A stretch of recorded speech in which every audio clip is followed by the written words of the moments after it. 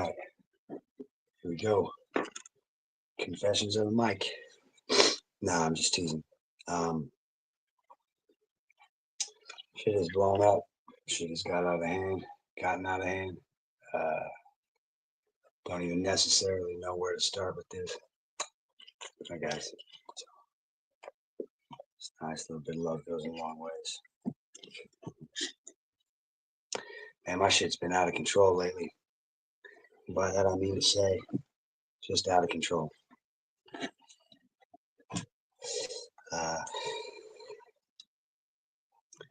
Sarah, if you're watching this,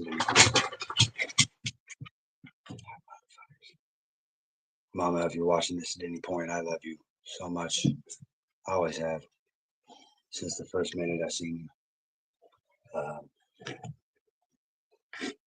Everybody else, this really don't concern you, I suppose. So you could move along. Nothing to see here.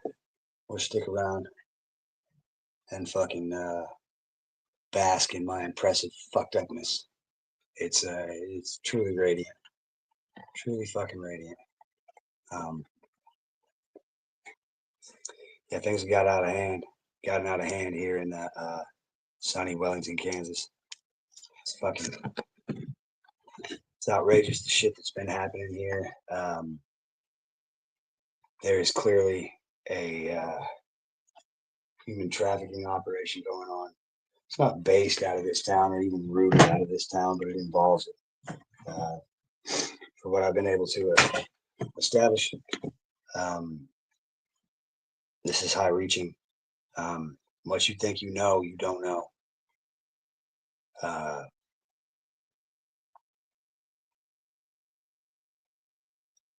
All the Epstein shit was kind of it was a wash. It was a ruse. It was a trick to get you guys to look that way while some shit happened the other way. Same thing with the fires. Same thing with the exploding plants all over the fucking country. So I guess the planet really. We've got food production facilities, slaughterhouses, power plants, things like that. It would look like they were trying to fuck the infrastructure and starve everybody, but I don't really think that's going to be the case, because I don't think we have that long. Hopefully I'm wrong. That said, I'm not wrong.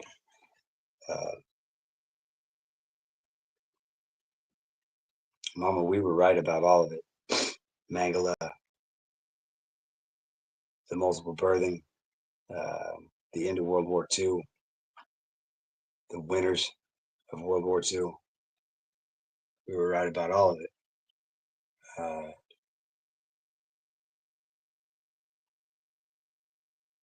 Yeah, shit has gotten out of fucking hand.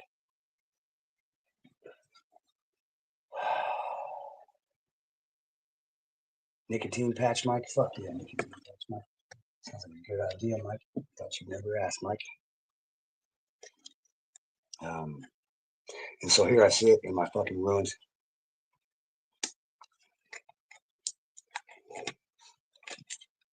Home is about the most dangerous place I could fucking be right now. So I am going to leave it very soon.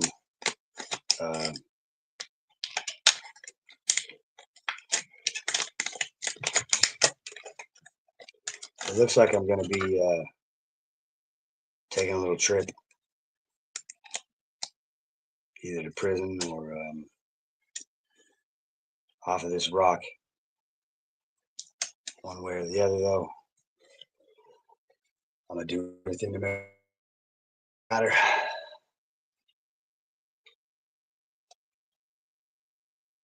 Because I don't like this rock in prison.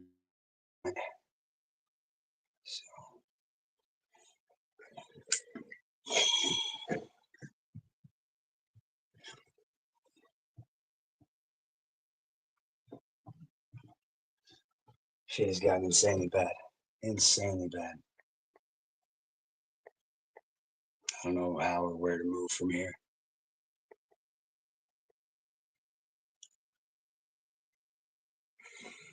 Yeah.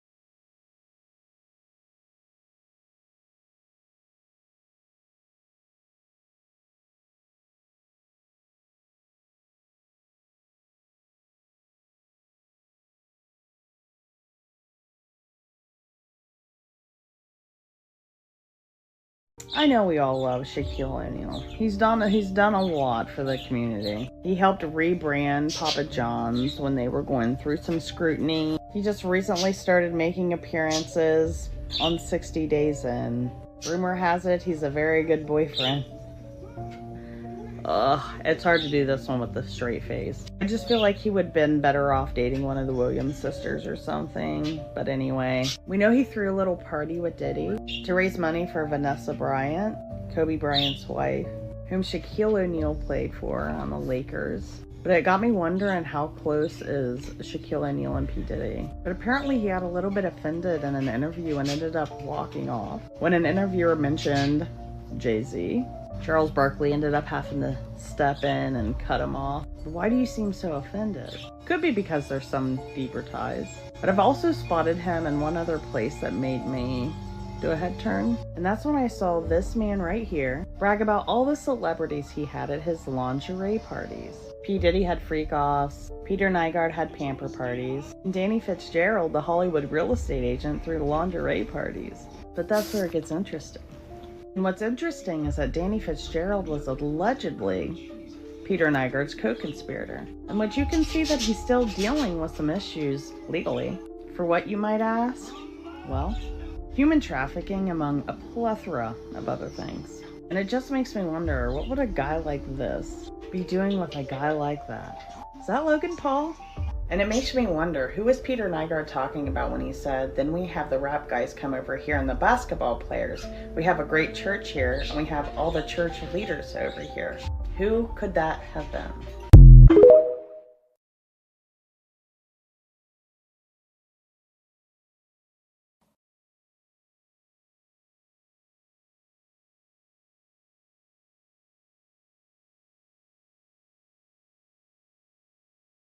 LGBTQ+ leaders are officially recognising paedophiles as part of the club, following World Economic Forum pressure to accept minor attracted persons as legally protected minorities. According to the WEF, criticising paedophiles is hate speech, and governments must crack down on anybody who refuses to accept minor attracted persons in their community. As children are paraded in front of paedophiles at pride festivals around the world, it's time to make a stand and protect our children from the monsters who are determined to prey on them without any consequences. Before we dive in, subscribe to the channel if you haven't already, and join the People's Voice Locals community for exclusive and uncensored content. The global elite are pouring funding into paedophilia advocacy groups, as the effort to normalise and legalise the molestation of children continues full steam ahead. Want to see what the global elite's paedophilic fever dreams look like in the cold light of day? Hundreds of millions of dollars of taxpayer money is being spent on pro-paedophilia groups in WF-infiltrated Canada, while ordinary hard-working families struggle to put food on the table amid an orchestrated cost of living crisis. Paedophiles have been emboldened by the elite. On June the 12th, a woman named Shayna called into the iHeartRadio Bex and Buster show and declared her unwavering support for paedophiles, urging society to abolish the stigma that surrounds them. It just so happens that Shayna works for the International Paedophile and Child Emancipation Organization, a well-funded group that's working for the so-called emancipation of paedophiles and the children who these sickos believe want to have sexual relationships with them. I work with IPCE. If you don't know, that's International Pedophile and Child Emancipation. And our goal is to abolish the stigmatization of people with pedophilic sexual interests and normalizing the potential role in moderating pedophiles' emotional well-being. I know that's a mouthful. Wait, before we get any further, what are we saying right now? Yeah, this sounds disgusting. Are you saying you're a pedophile? No, I'm not saying that I'm a pedophile in the sense that I've never had sexual relations with a person underage. But you're saying we should accept because pedophiles? That's illegal. Well, I just don't believe we should be shunning those in our community that have desires to engage in a romantic relationship with someone in a drastically different age group. So you're saying you support pedophiles? I'm saying I support love. Okay. And just because America views ages like 18 as some sort of imaginary bar or a line in the sand for humans to engage in romantic relationships doesn't mean it's right. So you don't see anything wrong with a 20-year-old dating a 12-year-old? That's not what I'm saying. But listen, in Nigeria, the age of consent is 11. It's 14 in other countries like Brazil, Colombia. if we're taking excuse me, if we're taking a month as a country to showcase our pride for other communities of sexual exploration, then I think we should add the letter P, which is just as important as the L, G, B, and T. Shayna and her co-conspirators at the IPCE are not alone. Children have become a regular sight in sexually charged context at pride festivals around the world. In Spain, children were forced to take part in pro-paedophilia events wearing lingerie, garter belts and bondage gear, with rainbow pride flags attached to their backs. Everyone involved in this should be arrested. They want your children. They've said it, and now they're showing you.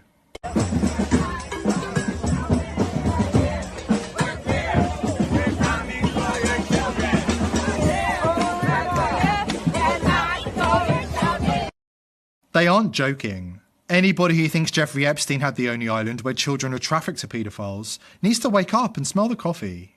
These monsters have been emboldened to the point where they're now comfortable showing their faces and demanding their so-called rights to have sexual relationships with our children. Are we going to allow this to continue? In a world where the left is pushing for everything to become politically correct, paedophiles on social media are seizing the opportunity to rebrand themselves as MAPs and demand acceptance by society. The online paedophile community has constructed their own flag and often describe their attraction to children as sexual orientation, rather than a scientifically recognised mental illness. Democrat politicians are not far behind. Kentucky Democrat Senator Karen Berg says paedophiles must not be put in prison and should instead be given child sex dolls to, and I quote, give them a release. For people who are attracted to minors, that these dolls actually decrease their proclivity to go out and attack children, that it actually gives them a release. Democrats like Karen are sexualizing children and defending paedophiles. Make no mistake, the rot starts at the very top. As much as the media and fact checkers try to obscure the truth, we know for a fact that Obama flew $65,000 worth of so-called hot dogs and pizza for a private White House party using clandestine channels. We also know, thanks to WikiLeaks emails, that the FBI has identified hot dogs and pizza as paedophile code words, with hot dogs being code for young boys and pizza for young girls. As you may have guessed, there are no publicly available images or information about this hot dog and pizza party. Obama also allowed his teenage daughter, Malaya, to intern with convicted rapist and alleged paedophile Harvey Weinstein. The globalist elite gets off on hiding in plain sight, which is the only way to understand why Obama also publicly exchanged a children's friendship bracelet with a paedophilia-themed pizza charm on it with then Vice President Joe Biden. According to the mainstream media, two men sharing a bracelet, which was later confirmed by the FBI to contain paedophilia symbols, is completely normal. They also claim that Biden's daughter Ashley's teenage diary, which outs her father as a predatory paedophile, is nothing to get hot and bothered about. And every time Biden sniffs, gropes and makes inappropriate comments to a young girl, the media runs a prepared series of articles defending his behaviour and attacking those who claim we should be asking serious questions about the predilections of this man. This is the new normal and ploughing ahead at full steam, just how the globalist elite planned. But don't take my word for it. Carlin Georgescu, the former president of the Club of Rome and executive director at the United Nations, is one of the most well-placed and high-profile whistleblowers in global elite history. That's why the mainstream media are determined to silence him and ensure he never has the chance to share with the masses what he knows from personal experience about the paedophile elite. Georgescu is a real UN insider, and he explains that a shadowy cabal of paedophiles at the highest level of politics, finance and the entertainment industry use their power to hide the sickening crimes they commit against children. The UN agenda is the same with Davos agenda. This, in fact, is my main topic for our conversation today. The problem is that these oligarchs, all of them, are related with the system of the pedophilia one, because we know that there are more than 8 million children per year which they disappear. 8 million does mean the entire population of Austria. They disappear without any information. Simply like that. There's just one problem for Schwab and the other reprobates who crawl the halls of his globalist headquarters in Davos. We will never allow his sick agenda to infiltrate our culture. This is a hill we're willing to die on. These are critical times, and here at the People's Voice, we're determined to expose the elite and hold them to account before it's too late. Join us in our mission to wake up the masses by subscribing to the channel and joining the People's Voice Locals community to join our amazing team.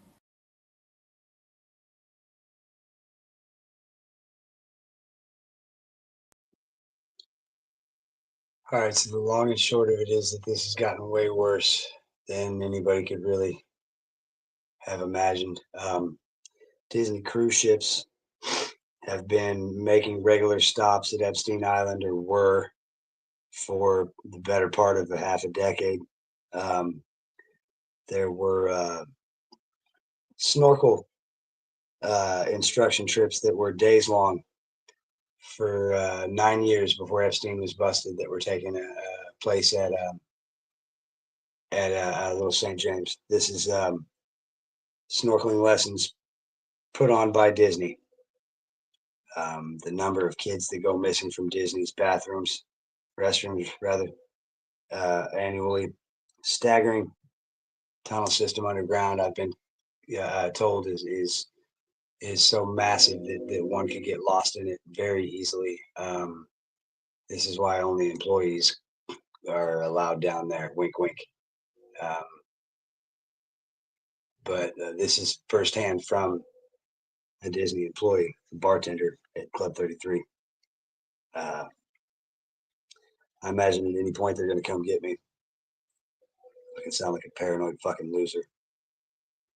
But this is what it is, man. They don't want me or anybody like me talking about this kind of shit. So it's become very dangerous for me to exist. Meaning that either I or the powers that be are going to fucking see fit to remove me from the equation promptly.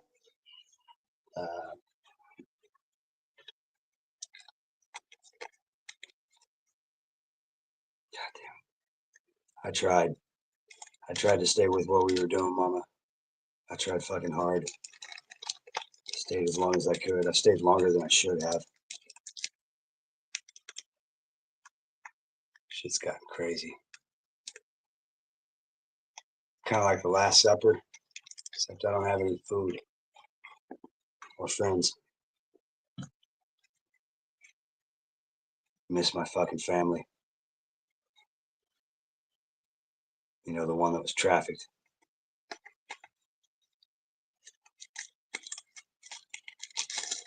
Anyways, today I had the distinct pleasure, maybe one of the last pleasures, of being for you the one and only Kevin Michael Talbert, also known as Bleak Narratives. Tomorrow, I will be history. Go your good way, brothers and sisters. Cheers.